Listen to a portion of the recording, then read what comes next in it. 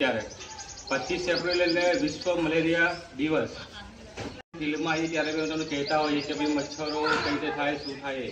તો મચ્છરથી malaria, dengue, chikungunya આવા બધા રોગો થાય જે મચ્છરોથી થાય. અને મચ્છર થાય ક્યાં? પાણીમાં.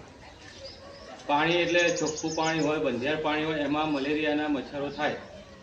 આ મચ્છરો ના થાય એના માટે આપણે શું કરશું કે ભાઈ તમારા આજુબાજુ જે ભંગાર હોય ઘરની આજુબાજુ કાઢી નાખવાનો હોય. ઘરની અંદર ફ્રીજ હોય, પછી કુલર હોય, એનું જે પાણી હોય એને બદલતું રહેવાનું. એટલે એમાં મચ્છર ઈંડા મૂકશે નહીં. ઈંડા ના મૂકે તો લાર્વા કેવું થવાનું ને મચ્છર બનવાના નથી.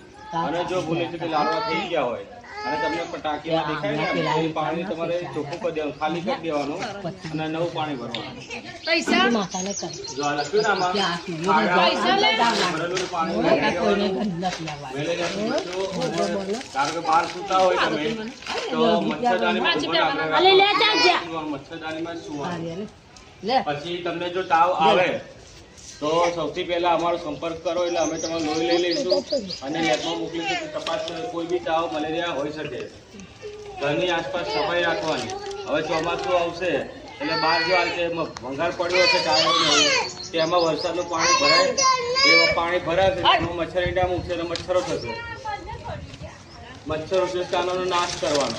અને જ્યાં તમને એવું લાગે કે આ વધારાનું પાણી ભરેલું છે ડબલામાં કે ટાયરમાં કે પેલી નાળિયેરની કાચલીમાં, તો આવો પાણી તમે ખાલી કરી નાખો અને એ ભંગારનો બી નિકાલ કરો.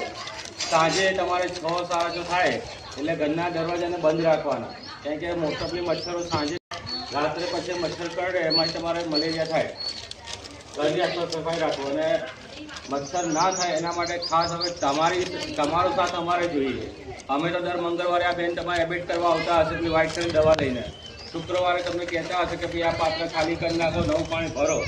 પણ તમે તમારી રીતે થોડું ધ્યાન આપશો તો આવતું જે ચોમાસું હોય એમાં આપણે મચ્છરો ઓછા થશે. એટલે તમારા ઘરની આજુબાજુ ક્યાંય બી તમને ભંગાર ને એવું હોય ને એ તમે નિકાલ કરી નાખજો ટાયરનો નેનો, એટલે એમાં મચ્છર ઈંડા મૂકશે નહીં, મચ્છર થશે નહીં. ઘર ઉપર જો ખાસ ધ્યાન રાખજો. આપણે